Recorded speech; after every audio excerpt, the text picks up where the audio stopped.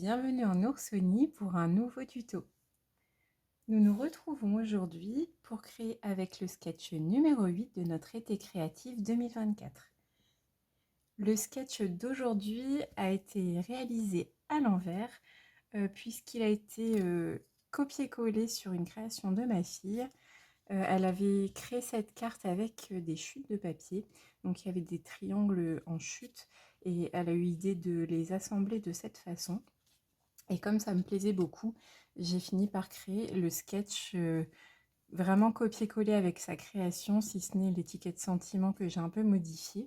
Et aujourd'hui, nous allons faire une version modifiée également. On va vraiment s'inspirer du sketch, mais je le détourne un petit peu. On ne va pas forcément garder exactement la même structure au niveau du milieu, mais la base restera la même. Pour réaliser la version d'aujourd'hui, nous aurons donc besoin d'une base de cartes en papier cartonné uni. Donc là, j'ai choisi la couleur Joli Rose qui fait partie de la collection Incolor 2024-2026. Donc la base fait 21 par 14,5 comme les semaines précédentes. On aura besoin également d'un papier cartonné uni en bien beige. Donc c'est une nouvelle couleur au catalogue annuel. Ce fond de carte fait 14 cm par 10 cm. Nous aurons également besoin d'une demi-feuille de papier en 6 pouces par 6 pouces, donc de papier imprimé. Donc là, j'ai choisi la collection Incolor également. Ce sont des collections de papier imprimé qui sont faites à partir des collections de couleurs. Donc là, ce sont les Incolor, mais il existe en subtil, royaux, neutre, brillant. Et pour les autres Incolor également. Nous aurons également besoin de chutes de papier cartonné, donc en pétunia pétillant et en joli rose. Donc là, ce sont des chutes assez grosses, on n'aura pas besoin de tout ça. Et pour les collections, j'ai choisi la collection Surprise en fête, donc les tampons ainsi que les poinçons. Et nous aurons besoin d'un classeur de gaufrage. Donc là, j'ai choisi le classeur de gaufrage 3D qui s'appelle Mignon Crochet. Pour parfaire notre décoration, nous pourrons ajouter des pois en résine Incolor également. Et nous aurons besoin pour le montage d'une attache parisienne assortie à vos couleurs. Nous allons commencer comme d'habitude par la base. Donc, je la plie simplement en deux. Je marque le pli à l'aide du plioir. Nous la mettons de côté pour l'instant et on va pouvoir s'occuper du fond de carte, donc en bien beige, et simplement je vais donc le mettre dans le classeur de gaufrage. Alors ce classeur, je l'avais pris parce que je fais du crochet, du tricot, et du coup je trouvais que l'idée était très sympa et j'ai été agréablement surprise en préparant le tuto. En fait, le gaufrage est assez fin. Donc c'était vraiment une bonne surprise, je ne m'attendais pas à quelque chose d'aussi délicat. Donc là, on va utiliser la grosse machine pour pouvoir gaufrer. Et comme c'est un gaufrage 3D, je vais avoir besoin de la plaque 1 et de la plaque 4, c'est la plaque spécialité. C'est vrai qu'elle pour les classeurs 3D, elle est parfaitement adaptée. Et ça change vraiment tout. Elle est d'ailleurs compatible avec des machines d'autres marques. Donc n'hésitez pas à me contacter si vous souhaitez voir si c'est compatible avec votre machine.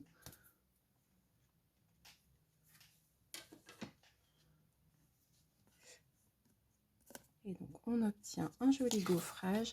Alors c'est toujours un peu frustrant parce qu'en vidéo on a quand même du mal à voir la délicatesse des gaufrages. Mais il est vraiment très très chouette.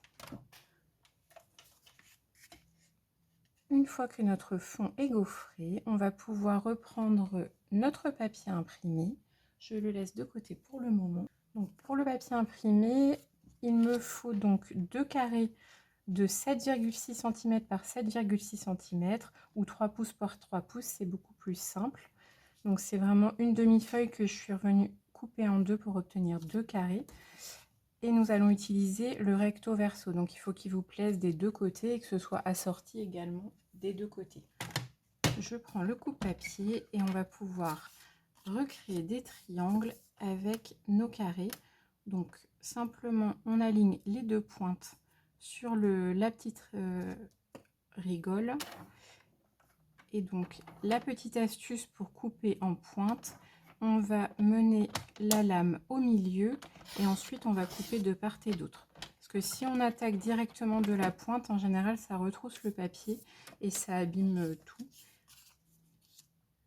Et on va faire la même chose pour l'autre carré. Là, j'ai choisi de partir sur des carrés et donc d'obtenir des triangles rectangles. Ça facilite la mise en œuvre puisque sinon, on a parfois du mal avec les triangles. On se trompe de sens de coupe, on se trompe de diagonale et c'est très compliqué après de se rattraper. On est obligé de recommencer. On a des chutes, on est obligé de refaire des cartes avec.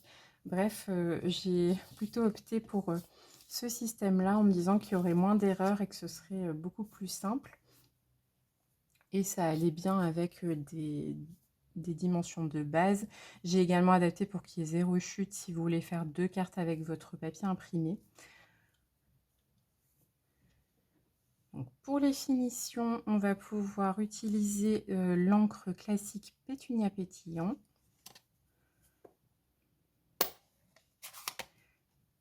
Et comme les semaines précédentes, je vais simplement déposer mes triangles sur le pad d'encre et on obtient de jolies bordures. Donc ça mettra en valeur notre papier et ça demande très peu de matériel. Donc je réalise les 3 autres triangles et je vous montre le résultat. Mes triangles sont désormais tous ancrés. Je vais pouvoir reprendre mon fond de carte que l'on a gaufré ensemble. Et je vais pouvoir procéder au collage de mes triangles. Donc, il y a une petite astuce pour le premier triangle. Alors, on va coller l'ensemble du triangle, mais on va surtout ne pas coller la pointe de ce côté-là. Ça va nous permettre d'enchevêtrer les triangles. D'ailleurs, si vous observez le sketch, il y a une petite erreur. Mais en fait, informatiquement, c'est tout à fait impossible d'enchevêtrer puisque ça marche par couche. Donc, soit la couche est au-dessus, soit elle est en dessous. Mais elle ne peut pas être au-dessus d'un côté et en dessous de l'autre. En tout cas, pas pour tous les triangles. Donc, je me suis un peu arraché les cheveux en essayant de reproduire fidèlement et ça n'a jamais fonctionné. Après, vous pouvez suivre à la lettre le sketch, ça marche. Mais moi, ce n'est pas l'effet que je souhaite obtenir.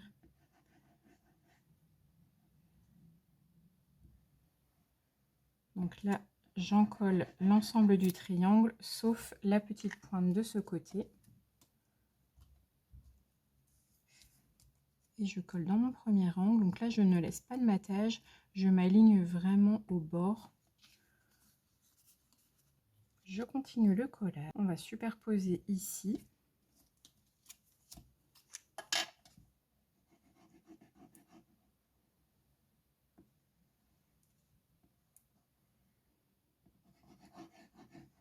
Donc le mieux, c'est d'abord de s'aligner dans l'angle. Et une fois qu'on est aligné, on peut déposer.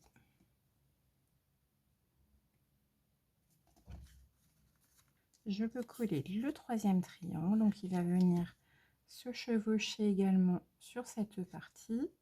Alors là, j'ai décidé de les mettre en vis-à-vis.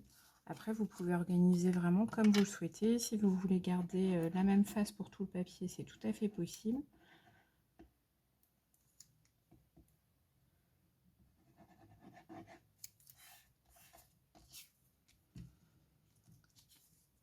Et donc là, on fait attention pour le dernier, puisqu'on va chevaucher de la même manière cette pointe-là, mais de ce côté, on va venir coller en dessous de la pointe que l'on a laissée libre au départ.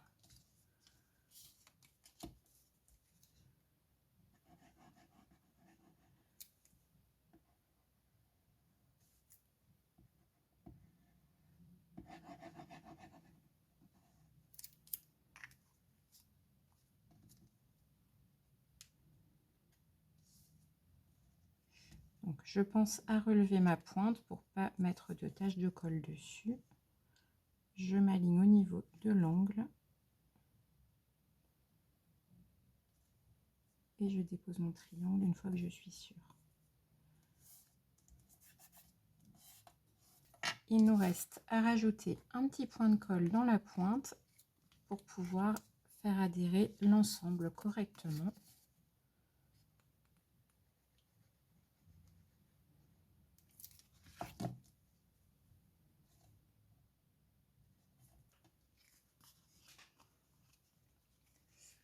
Notre collage est terminé. Donc, une fois que cette partie est réalisée, on va pouvoir coller notre fond de carte sur la base.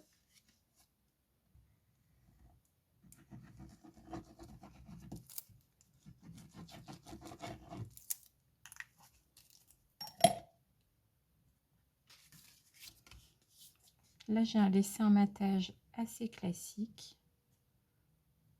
Donc, on veille à bien aligner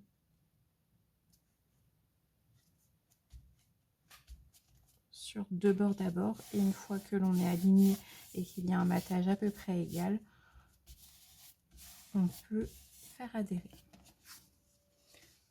Notre base de carte est terminée. Donc, on va pouvoir procéder au décor. Et pour le décor, je vous le disais tout à l'heure, j'ai utilisé la collection surprise en fait. Donc on va avoir besoin de plusieurs découpes. Alors je vais utiliser cette découpe, celle-ci, celle-ci et les deux feuillages si on veut ajouter un petit peu de décor. Donc, je reprends mes chutes. Alors je vais avoir besoin d'un cœur en joli rose, donc un cœur tout simple que l'on va pouvoir tamponner ensuite. Et dans le pétunia pétillant, je vais utiliser ces deux découpes. Donc le cœur avec la petite languette qui dépasse. Et on va le percer. Donc vous pouvez passer les deux découpes en un seul passage, pardon, dans la machine de découpe. Et alors, sachant que le cœur qui perfore, il est tout à fait compatible avec celui-ci également. Pour les découpes, je vais utiliser ce feuillage dans cette chute-là et le petit dans la chute pétinia pétillant. Donc, je réalise toutes mes découpes et je vous montre le résultat. Mes découpes sont réalisées, donc on obtient ceci. Alors, celle-ci, on va la découper, mais je voulais vous montrer justement l'intérêt de cette collection. En fait, ça ne découpe pas complètement, ça laisse des petits pointillés. Et donc, si on l'applique sur une carte, ça permet à la personne qui reçoit de déchirer et de découvrir en dessous ce qui se passe. Donc là, on ne se rend pas forcément compte. C'est pas mis en scène comme il le faudrait. Mais voilà, je voulais vous montrer simplement cette petite technique. J'essaierai toujours pareil de faire une vidéo avec cette collection pour vraiment la mettre en valeur. Pour l'instant, je n'en ai pas eu la possibilité. Donc dès que j'en ai le temps, j'essaie de vous montrer ça.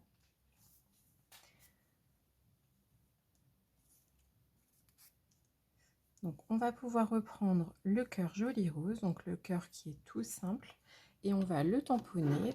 Donc je mets mon tapis de silicone. J'ai choisi le Fais un vœu de la collection.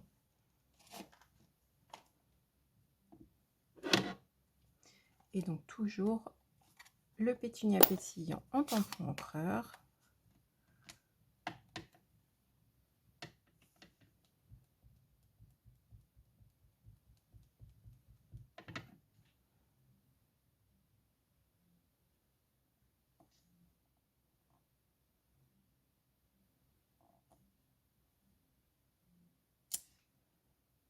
Avant de procéder au montage, on va poser un point de colle.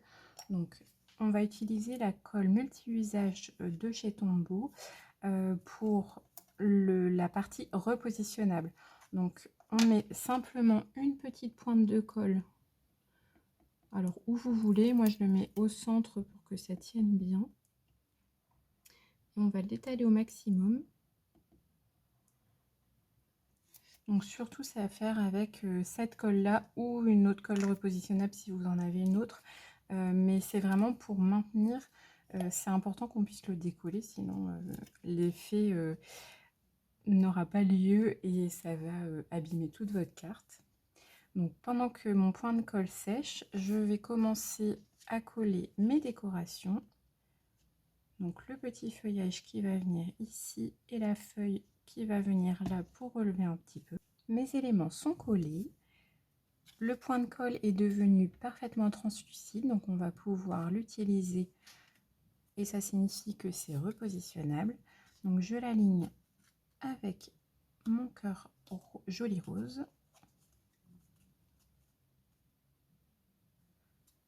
Quand c'est aligné, je fais adhérer mon petit point de colle. Ça va nous aider pour le montage. On va utiliser le poinçon de notre outil touche à tout. On va s'aider des trous qui existent déjà. Donc là, moi, je vais choisir le trou le plus à gauche, donc celui-ci.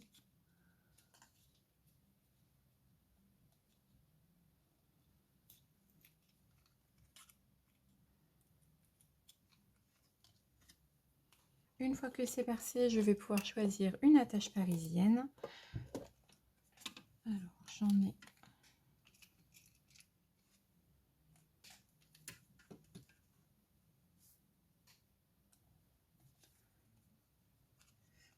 J'insère l'attache parisienne et je rabats les petits bras sur l'envers, donc en faisant attention de ne pas les faire dépasser.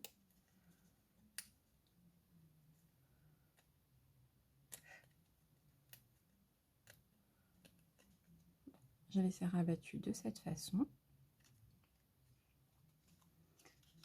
On va mettre des dimensionals au dos pour mettre en 3D afin de ne pas gêner le fonctionnement de l'attache parisienne. Comme c'est une grande surface, je vais utiliser des petits trottoirs.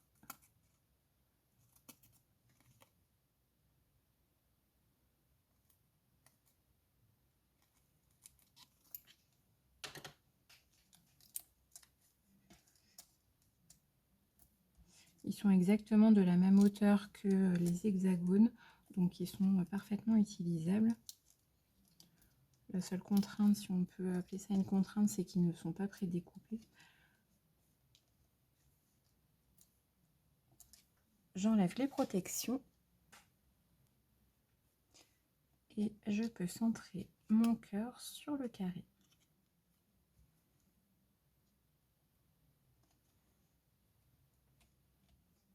Je vais ajouter quelques points en résine pour rehausser un petit peu la décoration. Donc là c'est pareil, c'est assez pratique puisque c'est la collection Incolor. Donc on a vraiment les 5 couleurs en une seule plaquette. Je vais les choisir en pétunia pétillant pour rappeler le cœur. Et cette fois, je vais en mettre que 2. En général, on les fait fonctionner par 3. Mais je trouve que la tache parisienne paraît un petit peu comme un point en résine. Donc ça permet visuellement en fait d'avoir 3 alors qu'on en met 2. Et ça permet de relier un petit peu la tache parisienne à l'ensemble du projet. Et donc ensuite, on peut s'amuser à décoller notre petit point de colle et la personne découvrira le fait en jeu. Bon, je trouve que c'est assez ludique, que c'est très sympa. Alors c'est une manière détournée d'utiliser cette collection.